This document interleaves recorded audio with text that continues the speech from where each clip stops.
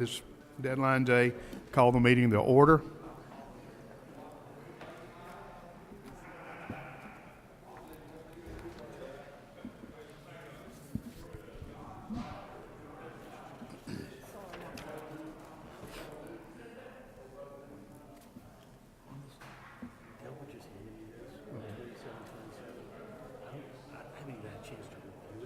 Just pass the bill as is, and we'll make amendments on the floor if we need to. Okay. Yeah.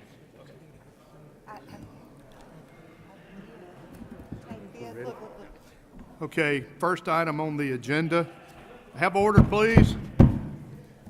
Thank you. First item on the agenda is Senate Bill number 2727. The Department of Archives and History bringing forward the provisions establishing the department and its board of directors. That is Senator Thompson's bill, so I'll recognize him to explain it. Thank you, Mr. Chairman. Senate Bill 2727 is an effort to restructure the way the board of the Department of Archives and History is appointed and named. As it stands right now, the board members actually rename their replacements, and we're looking at making that an appointed position from the executive branch. For the time being, Mr. Chairman, I'd like to just bring forward the bill as it is, and we'll address it between now and floor action. So are any questions of Senator Thompson? What we're basically doing is just bringing the code section forward on archives and history. Just for your information, I don't know if you explained exactly, but that is a self-perpetuating board as it stands now. It is not an appointed board by any executive officers or legislature. Question, Senator? Thank you, Mr. Chairman. So whenever these procedures are determined or whatever's going to be proposed, will we be taking that up on the floor directly? That's or would correct. it come back through committee? We would take it up on the floor. We're going to pass this out as is, and then we can make changes on the floor. And I would make it a point, Senator Turner, to make sure that I bring you the amendment before I take it to the floor. And we're looking specifically at that section 39.5-3, which is under section 2, lines 21 through 47.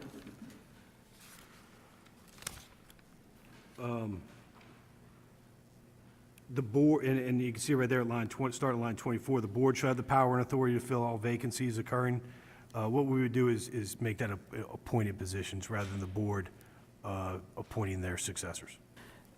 I know, well, I don't want to belabor the point, and I know we have other meetings, but how long this current framework, how long has it been in place? I think since We think since the board was established. inception. Any reason why we're changing it? Any reason we're changing it? Yes.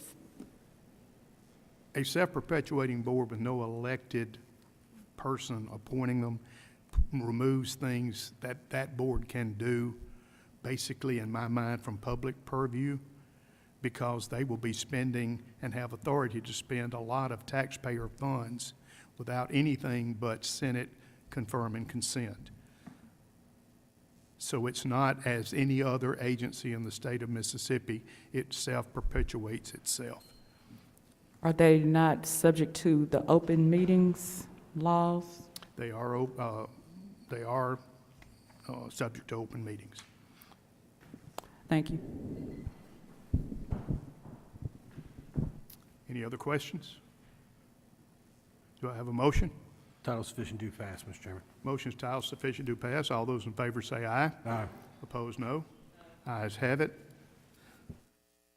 Next, Senate Bill number 2184, Occupational Licensing Review Commission requires supervision of civil actions brought by occupational license boards and other items. Senator Hill has this bill, so I've asked her to explain it. Senator Hill, you're recognized. Thank you, Mr. Chairman. This bill does three things with the Occupational Licensing Review Commission, and I'm going to explain the three things it does and give you the rationale behind why it does. Currently, the Occupational Licensing Review Commission is made up of the governor, the Secretary of State, and the Attorney General. The first thing that this bill would do is change the makeup of that board to the governor, the lieutenant governor, the secretary of state, the commissioner of agriculture, and the state treasurer. The reason for this change is following North Carolina State Board of Dental Exams versus the Federal Trade Commission in 2015, the FTC issued guidance to states for implementing active supervision of state regulatory boards, which are controlled by market participants. So the FTC focused its report on what actions do not constitute active supervision of a state regulatory board that's controlled by an active market participant. And in that, the FTC outlines that active supervision, which includes the Attorney General and his or her designee, who also advise the regulatory boards on an ongoing basis, presents a conflict of interest. So what the FTC is saying, that they felt like since the Attorney General of each state advises these regulatory boards on a regular basis, that for them to be in oversight of the regulatory reform or the regulations that they would be putting out would be a conflict of interest. And also, the National Attorney General's Association has also released that same statement that they believe that that presents a conflict of interest. Absolutely nothing personal, it's just the structure of the board. So in meeting with the Lieutenant Governor and Secretary of State's office, Lieutenant Governor being a former member of this commission who worked extremely hard on this commission, and working with the Secretary of State's office, and also, you know, I have spoken with all parties. That's the move that we feel like, or we felt like we needed to make, is to expand the board to include some more state officers. And the thought was putting the agriculture commissioner on there.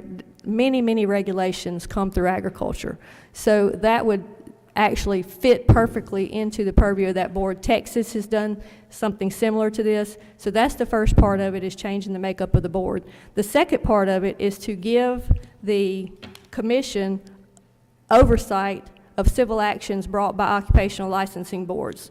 And the reason for that is the cases that have come forth recently that are going to cause big deficit appropriations have been lawsuits filed against the boards, not regulatory, but because of statutory provisions in their enabling codes.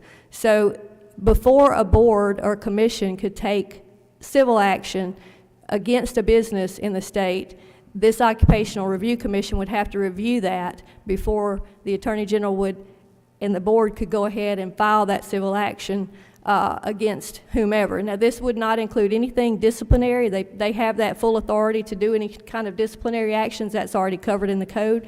This would just require the Occupational Review Commission to sign off on any civil litigation that these boards and commissions would employ the AG to take part in, and it would give 90 days to the Occupational Review Commission to either approve or disapprove and get back with the board on that particular civil action that was going to be presented.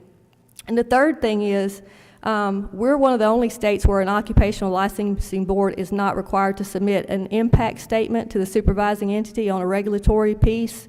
So that would just bring us into conformity and require, when they do bring a new regulation to the commission, that they would bring a regulatory statement on a form that's provided by the commission. And that's a huge chunk of what needs to be done. And the only other thing it does is it sets meetings monthly, the third Monday of every month, because speaking with members of the commission, there's so much work to be done that it was supposed to meet quarterly, and of course has not met quarterly. And to set a time in statute that they meet once a month, or to have their proxy show up and meet for them, would be able to knock out a lot of this, because now we have a look back, not just new regulations. We added a couple years ago or last year to where they actually look back at old regulations. So the workload's piling up. So those are the provisions of the bill and what's changed, and I'd be happy to entertain any questions. You heard the bill explained. Anyone with questions? Senator Butler. Yes, I have one. Help me, Senator Hill, to understand. Wait, excuse me. Could you get a microphone, please? Help me, Senator Hill, to understand the action. At present, the Attorney General if they find a problem, they can take, action then and, later bring it before the board. Is that what you're saying? If it's a disciplinary action, they don't have to bring it before the board at all. But if it's a potential lawsuit that they're going to file against an entity, they would have to bring that before the board. We've had several anti-competitive, lawsuits that basically were just designed to be, strike out competition from some of these regulatory boards. And this would give the review commission the time to look at what the complaint was before they go and file an action or take an action, a cease and desist or whatever, against a business for their business practices, not anything disciplinary, but civil. Okay. We're going to have a couple of big deficit appropriations coming from 2 lawsuits from one board coming up fairly soon. So that's what precipitated this. And it would also give the commission the opportunity to look at the statutes that these lawsuits were filed based on and look at what the court says, and if some of these statutes are unconstitutional, which the court has said some violate free speech, for them to get with the legislature to actually look at those portions of the statute that the court found question with and basically ruled against the state so that we could fix that and not have to pay out again. I guess that one of the things I was taking under consideration, there's some action that the previous attorney general took in reference to on a case on the national level and how it would affect the attorney general's ability to do that. I think we're talking with the Secretary of State's office and the AG's office. We're open to tweaking that language where it talks about the oversight as this moves along in the process, but we don't want to hamstring them, but we want to have a chance for an unbiased commission to look at the potential litigation before it's filed, because any extra layer of keeping the state from paying out these large sums because these boards are just filing these lawsuits to try to stamp out the competition, we need another layer to look at before we come back with a big deficit appropriation and the same boards taking the same type of action. Thank you very much. Thank you. Other questions? Senator?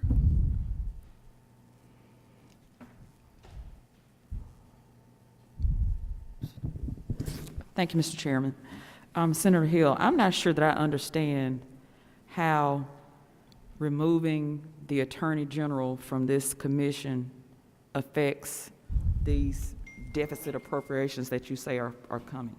Well, the Attorney General's office went ahead with these lawsuits with these boards and commissions. But matter of fact, after a board and commission had already lost in court, they went ahead with a new lawsuit with the same board and commission against another business and basically pretty much wound up settling or lost again. So that's the hope, is that we could prevent some of this litigation. If the commission thinks that the litigation is not fruitful, then the board's not going to be able to go to the Attorney General and say, you work for me, give me a lawyer. I'm part of your state. Give me a lawyer so that I can go file this lawsuit. So the deficit appropriation, are you saying that this is from attorney's fees? This is from the state filing these lawsuits on behalf of these boards and commissions. That's where the deficit's going to come from. I still don't understand how where the deficit comes in. Because the Attorney General's budget did not take into account how much they were going to spend to represent this board in these lawsuits. Thank you. I may have to come back, Mr. Chairman. Other questions? Senator Blunt? I don't have a question, Mr. Chairman, but if there are no other questions, I'd like to speak on the bill. All right, we're not finished yet. This is a bit of a change in the bill, and so what I have done also is I'm going to allow the Attorney General's representative and any representative of the Secretary of State that might have information, let you question them if you would like. Does anyone have any questions of the Attorney General's representative?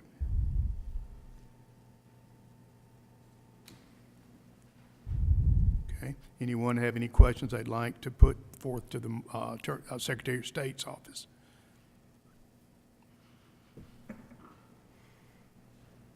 Okay. Do I have a motion? Oh, I'm sorry, Senator Blunt. Thank you, Mr. Chairman. If you keep giving power to this Occupational Licensing Review Commission, pretty soon they're going to use it. The Attorney General is a constitutional office, and he or she is the chief legal officer of the state. There's no requirement that any of these 4 positions in here, that any of these people even be attorneys. Now, 3 of the 4 of them happen to be today, but we've had non-attorneys in those positions since I've been here. And they're going to be directing the legal strategy and be the legal officer for the state. They can veto the chief legal officer of the state who's been elected by the people. Now, I've got my differences on some issues with the current Attorney General. She's joined in a lawsuit that I think is an affront to the United States Constitution and was immediately rejected as frivolous. But she's the Attorney General, and she's the chief legal officer of the state.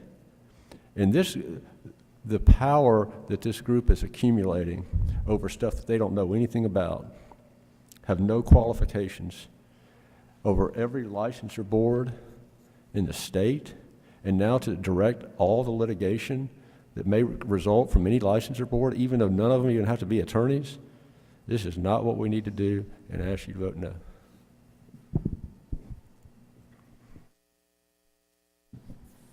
Senator Hobson.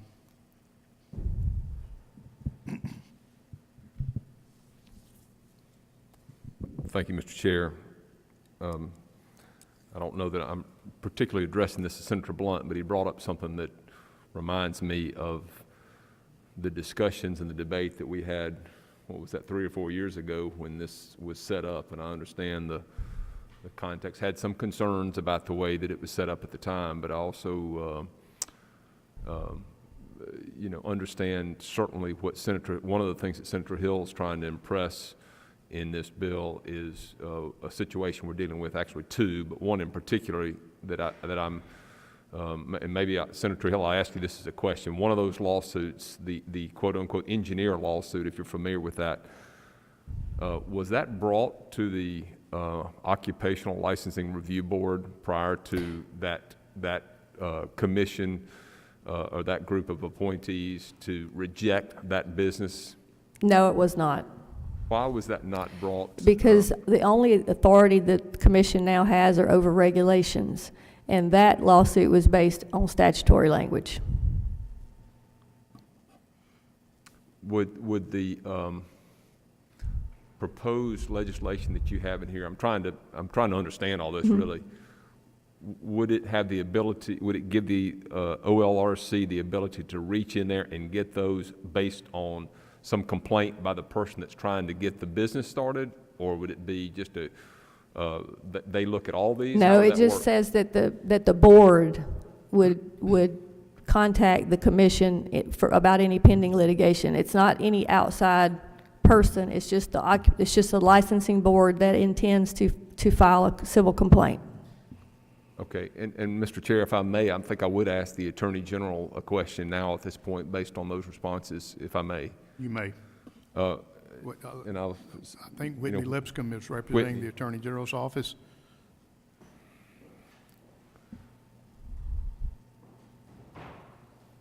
Thank you, Whitney. Senator Hill's point she's bringing up a good point, and it concerns me greatly that, we've got boards and commissions that have now almost essentially obligated our state to dollars that we're having to spend. We share the same concern on that, but do those boards bring that information? When do you get engaged, the Attorney General's office, that is, get engaged in that litigation? Can you hit your microphone so we can hear you?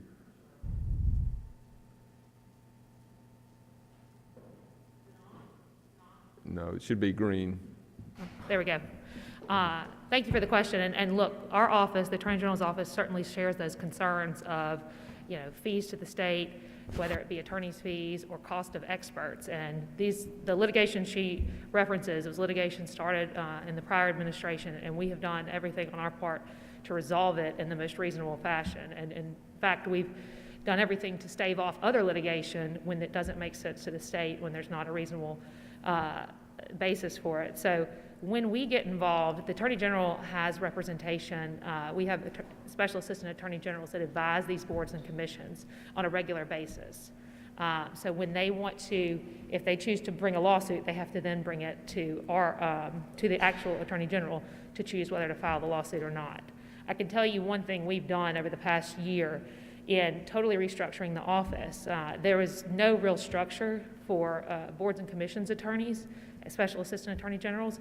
We have put a structure in place, an organizational structure, where they now have the resources and they have, they have attorneys oversight within the office who they can go to, they can collaborate with. They work with our civil litigation division better now. Before, these boards and commissions attorneys, they advise on day-to-day actions of the board. They may not be litigation experts, but we have an organizational structure in place where they now can collaborate very easily with our civil litigation division before any of this comes up. So, Well, I'm gonna stop you right there, because I don't want to get into the, what you're doing Sure. right now. Y'all have got your own authority and right to do certain things.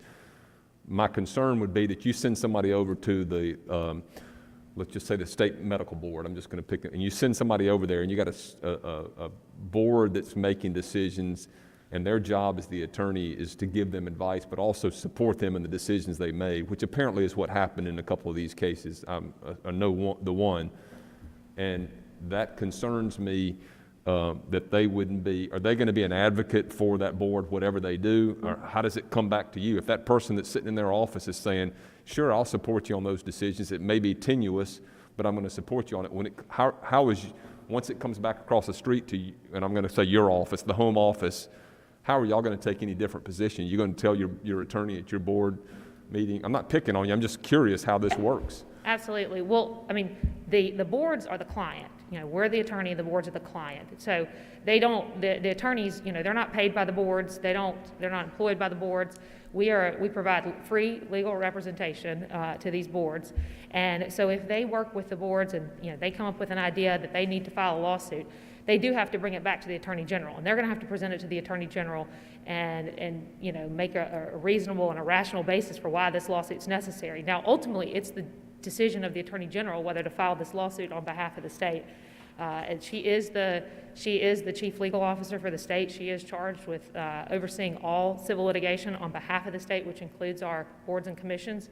It doesn't, I mean, if that one board of commission attorney makes a commitment to the board that they're going to file this lawsuit, they don't have that authority on their own. That's ultimately up to the Attorney General. All right, flip it around to when they get sued, when the agency gets sued. That's what I think we're dealing with here. What about when the agency gets sued? You got a board attorney that's sitting in their meetings. Who's to make the decision?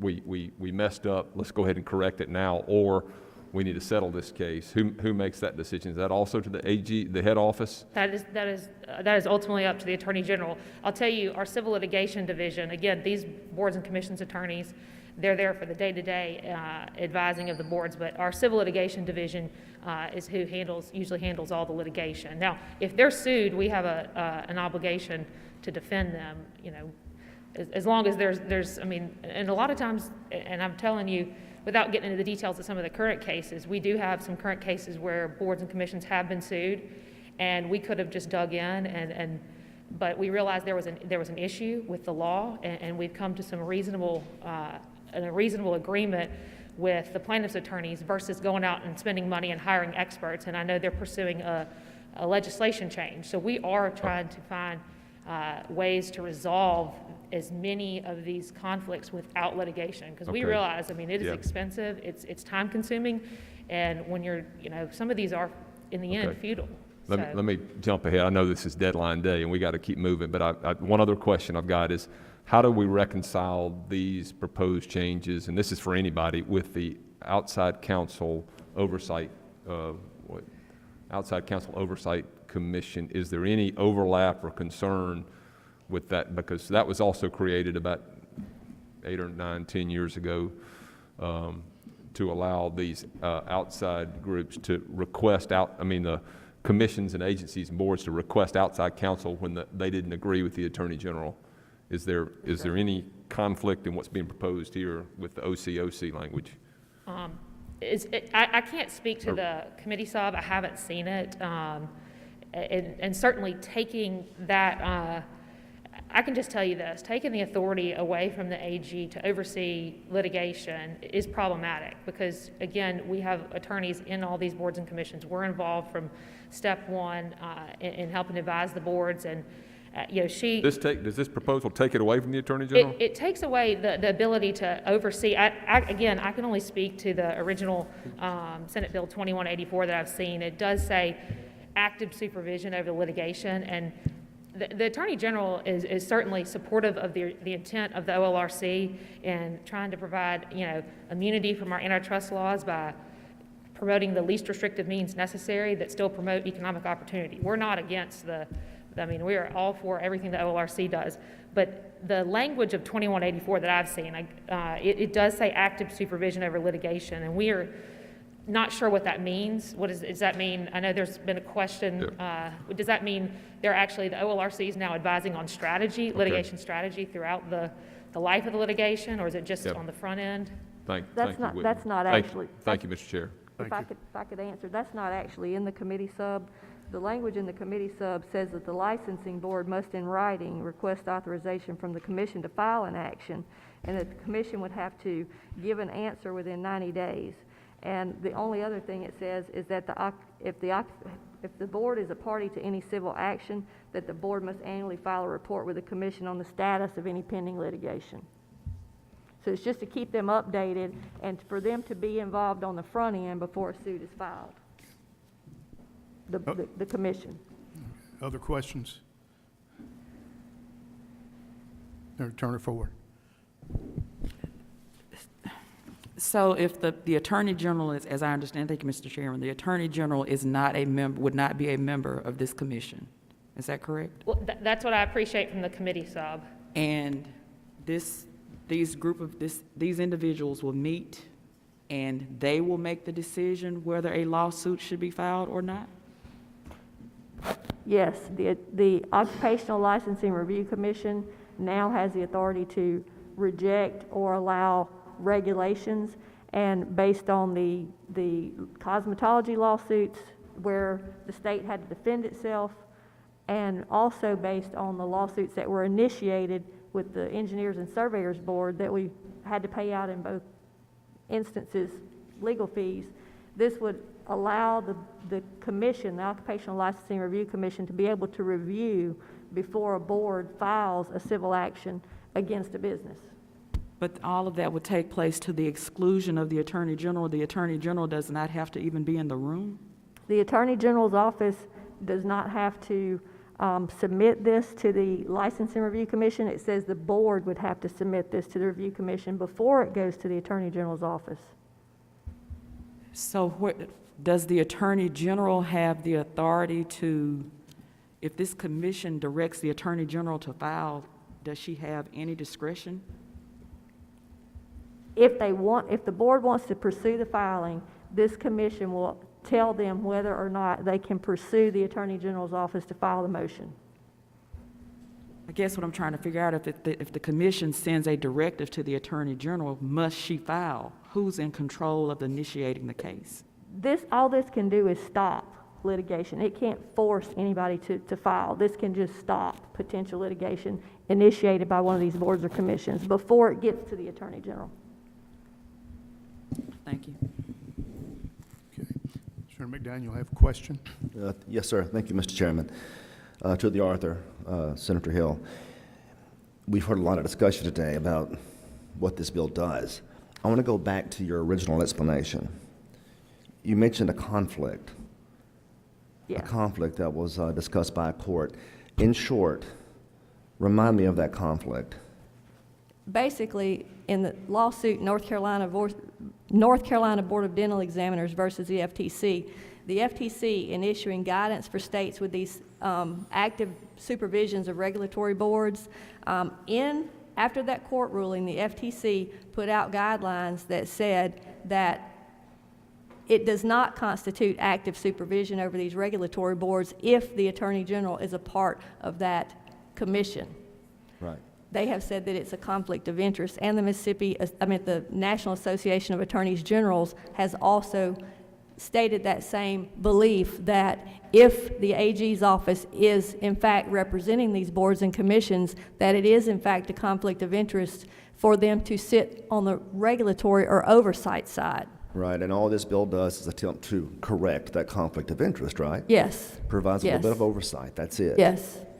And so you didn't come up with this out of thin air. This is actually a court decision. No, and many other states are pursuing this. The Secretary of State's office really did a lot of back research on this and brought forth the concerns that have been addressed. Even the Mercatus Center, which is, a nonprofit, they have, also brought up the potential conflicts of interest to the state of Mississippi. So you've got the FTC, the Mercatus, the National Association of Attorney Generals, and other states that are trying to address the same conflict of interest with these type of boards if they have And them. that's all the bill does. That's All it. right, thank you. Senator Hobson. I move we add a reverse repealer. Motion is reverse repealer. Any questions about that? All those in favor of reverse repealer say aye. Aye. Opposed, no. That motion carries. Now we're back on the bill. Motion. Motion from Senator McDaniel. Title sufficient, do pass. Committee sub. Sub. Title sufficient, do pass. Committee sub. All those in favor say aye. Aye. Opposed, no. No. The ayes have it. Next is Senate Bill 2196, the appointment of officers. Require governor and lieutenant governor to make appointments to fill vacant offices within a certain period of time. I believe Senator Parker, is down at the end of the table. If you would explain your bill, please. Thank you, Mr. Chairman. Thank you for allowing me to attend your meeting today. It was very difficult to stay silent during the last discussion, but I was able to keep my microphone off. But again, thank you. What Senate Bill 2196 attempts to do is address a problem that we have identified during the last year with COVID and a lot of the requirements that have been put on the executive branch. There have been some vacancies that have been difficult to fill. There have been some challenges that have been tough with the schedule on the governor and the executive agency. And we continue to have discussions with governor's office and the executive agency.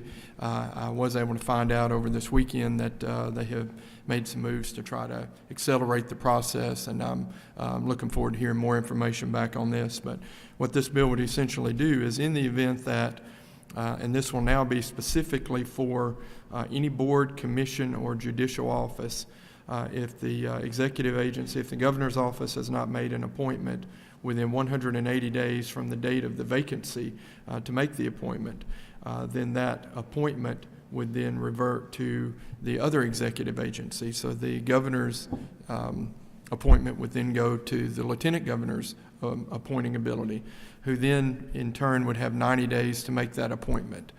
If in turn the lieutenant governor did not make that appointment, the appointment would then revert back to the governor's office.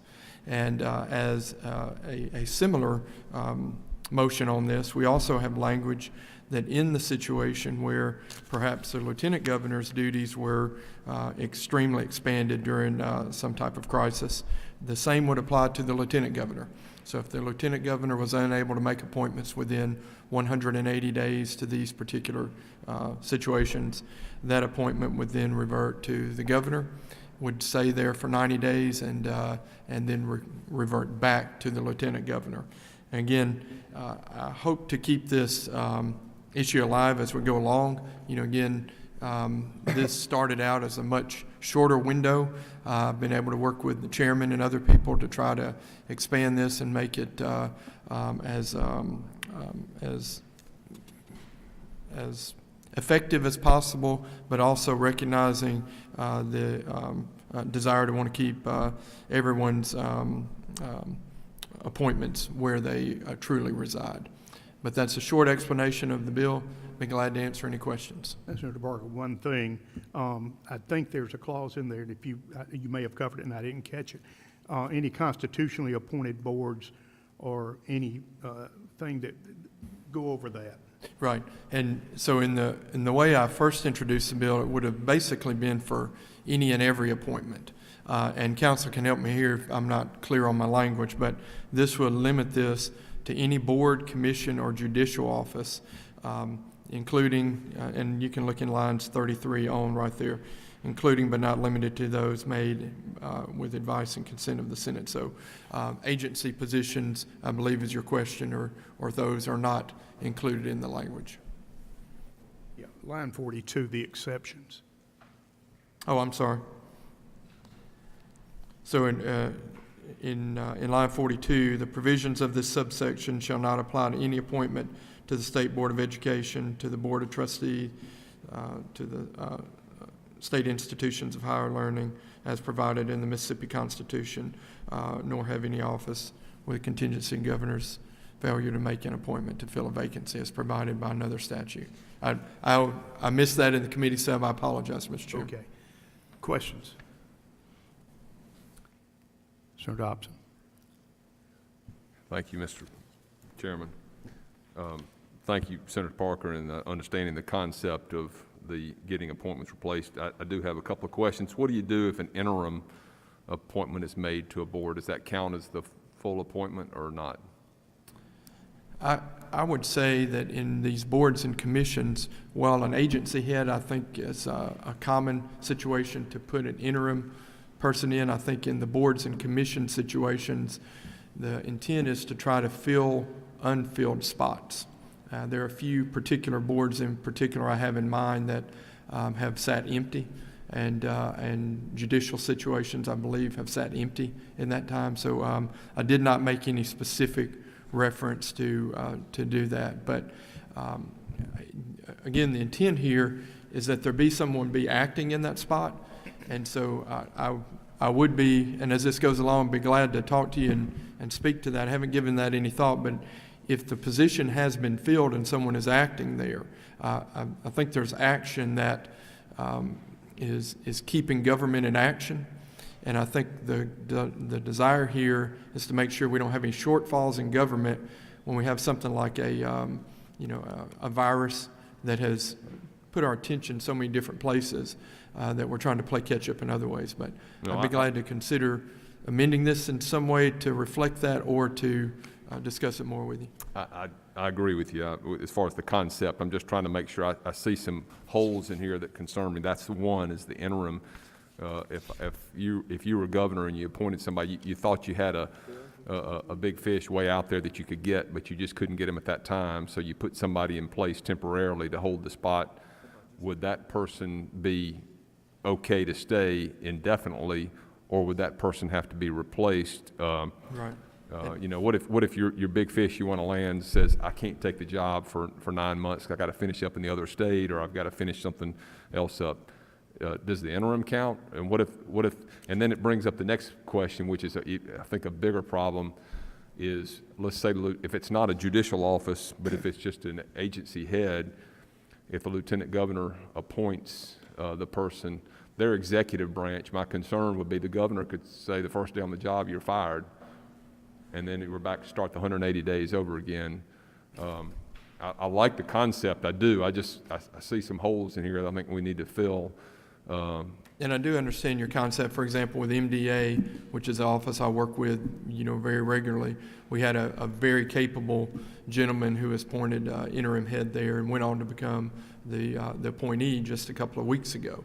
And so that's why we kind of removed the agencies from this, and have limited, I believe, in my understanding, to the board, commission, or judicial office because of that particular instance that came to my attention. But if you are aware of any board, commission, or judicial office that has an interim person filling that spot right now, I'd love to hear who those people are. I'm not aware of any, at least in the situations that have been brought to my attention, and I would certainly be willing to work around that situation, but I'm not aware of that at this time.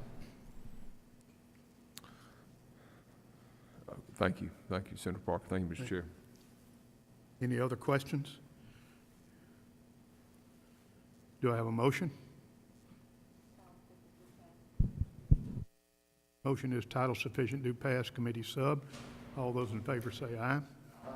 Opposed, no. No.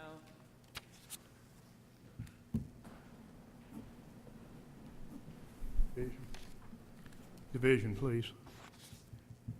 All those in favor say aye. Or, excuse me, raise your right hand. Opposed?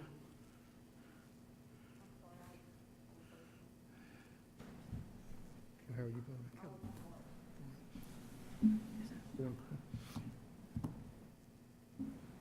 Which me on bill fine, isn't it? Motion does not carry.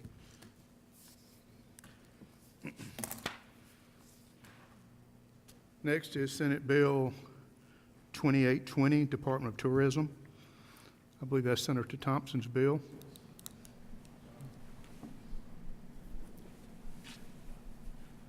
If you would explain your bill. Yes, sir. Thank you, Mr. Chairman. Senate Bill 2820 is the Mississippi Tourism Reorganization Act. This is very similar to the bill that passed out of this committee last year and passed the Senate last year, I believe 50-1, somewhere in that neighborhood. And what this is essentially doing is creating the Mississippi Department of Tourism and bringing that tourism division that's currently under MDA out from under MDA into its own agency. It doesn't change any of the tax components that are under the current MDA tourism agency. It doesn't change any of the costs, as far as we're not anticipating any additional PINs or any additional budget increase, but simply creates this own agency for tourism. One of the things that attracted me to the bill is how important tourism is to the state of Mississippi. It's I believe the fourth largest economic driver for the state. It's its own fourth largest economic industry in the state. So it would create a little more transparency and accountability as far as how those tourism efforts are directed. If you look at the bill, the parts that are different from what passed out last year, if it's easier to focus on just that, is in Section 2, Part 3, we added language there to address the current contractual obligations of the tourism division and to make sure that those contracts transfer from the Division of Tourism to this new Department of Tourism. In Section 4, Parts B through G, this is really sort of the meat of the bill. This is talking about sets out the duties and powers of this agency. And what we did there is we went in and we worked with some of the DMOs to revise and sort of modernize some of that language. This includes a focus on promoting our state parks, coordinating with the local DMOs, and developing marketing strategies for the 5 distinct tourism regions based on what those regions have to offer. Flipping forward to Section 8, this takes when we did the CARES Act bill back over the summer, we created the Mississippi Tourism Association Marketing Advisory Board to help spend the CARES Act money, and I believe that was a pretty successful effort, and the DMOs seemed pretty happy with the way that worked, with the way that allocated the CARES Act funding. So this would take and bring that forward into this new into this new Department of Tourism. It would take that board and bring them into here as an advisory capacity, which would effectively have those regions have some input in the department. The last thing that we did change from last year is there was some language in a Section 7 that came forward when the Division of Tourism was first created, and that required all the state agencies to transfer their advertising and tourism promotion dollars to the Division of Tourism under MDA. Now that that's all with the division currently, they would just simply carry forward with this new department. So we deleted that section to avoid any confusion about what that language was trying to do or trying to accomplish. Again, the new department is going to have the same number of positions that are currently allocated to the tourism division, and that would include their direct support, clerical, data processing, and communications.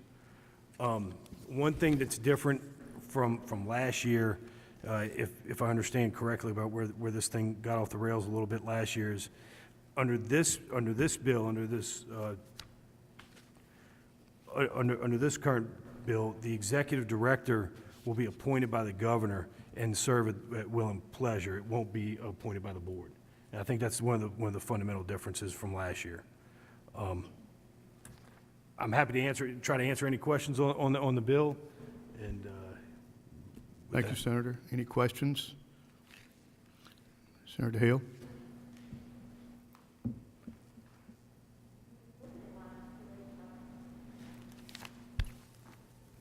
Looking at lines 285 through 295, has that TIF language, is that something that's already in place with the current tourism division? Or is that something different? That's current law. Never mind, withdraw my question. Any other questions? Do I have a motion? title sufficient to pass. Motion is title sufficient to pass. All those in favor? Committee sub. All those, did you have a question? No. All those in favor say aye. Aye. Opposed, no. Ayes have it. Motion carries. Mr. Chairman? Mr. Chairman, Yes. I'd like to enter a motion to reconsider on Senate Bill 2196. Okay.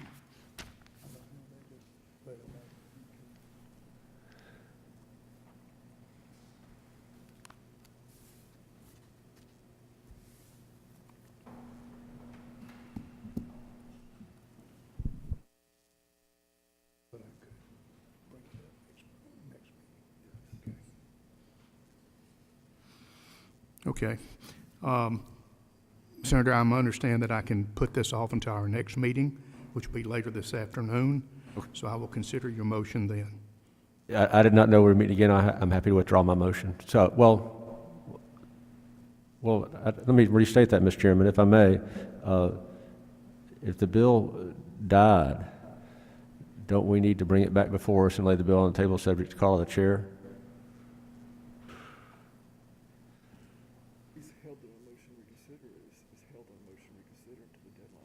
Okay. I understand that if it's held on a motion to reconsider, it will be held on a motion to reconsider until the deadline today.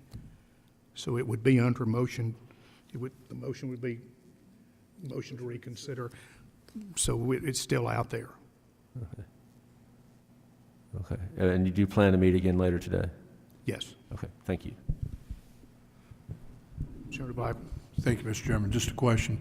If we rise and report, does that not end this meeting, terminate that, where Senator Blunt's motion, we should take it up if we were going to bring it up later in the day?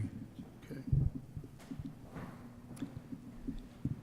We're going to have a parliamentary inquiry. I tell you what, would you all agree that we get, while we're waiting on that, let's go ahead and take up Bill 2809, public records. Would that be okay to go ahead? Let's go ahead and call up 2809, which is the public records, delete the repealer on provision requiring public access to records. Senator Blunt, I believe that's your bill, if you would explain. Yes, sir, Mr. Chairman, thank you. A couple of years ago, we made an amendment to the Public Records Act to deal with IT services and to exempt them from the Public Records Act. I understand it was a mistake, and we intended to put a repealer on the IT exemption to the Public Records Act, and what we did is we put a repealer on the entire Public Records Act itself. And so, as if we don't act and pass this bill, we won't have a Public Records Act on July the 1st. So the purpose of my bill is simply to delete the repealer. I can't ever imagine a time where we wouldn't want a Public Records Act. So it doesn't make any changes to the law other than to delete the repealer on the current Public Records Act. I'll be happy to answer any questions. Okay, any questions? Senator Hill? Go ahead. I recognize. My amendment would just place on line 68 and 69, that this would be repealed July 1, 2024. Okay, you've Just so that heard, just so that we can take another look at this if we need any tweaks in our public records law. Not to say we don't need it, to see if we need any other changes to our public records law. okay, motion is that we extend the repealer until 2024. Any questions of Senator Hill on the motion? All those in favor of the motion say aye. Aye. Opposed, no. Motion carries. Now we're back on the original bill. Title sufficient to pass committee sub. Title sufficient to pass committee sub. All those in favor say aye. Opposed, no. Ayes have it. Motion carries. Hold, please.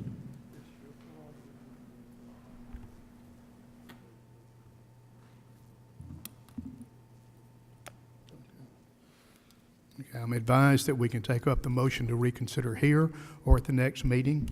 But what I will do is we will go ahead and hear that motion, vote on that motion now. So I'm happy to do it whenever you want to do it, Mr. Chairman. let's, But my motion would be that we do reconsider the vote whereby Senate Bill 2196 failed, and I'd like to be recognized to speak to it. okay, the motion is that we table the motion, that we reconsider the bill. All those in favor say aye. Aye. Opposed, no. The ayes have it. If the bill is back before us, Mr. President, I would like to be recognized to offer an amendment. I'm sorry. If the bill is back before us, I would like to be recognized to offer an amendment. Go ahead. Reverse repealer. Okay. Motion is a reverse repealer. Any questions? All those in favor say aye. Aye. Opposed, no. Reverse repealer is added.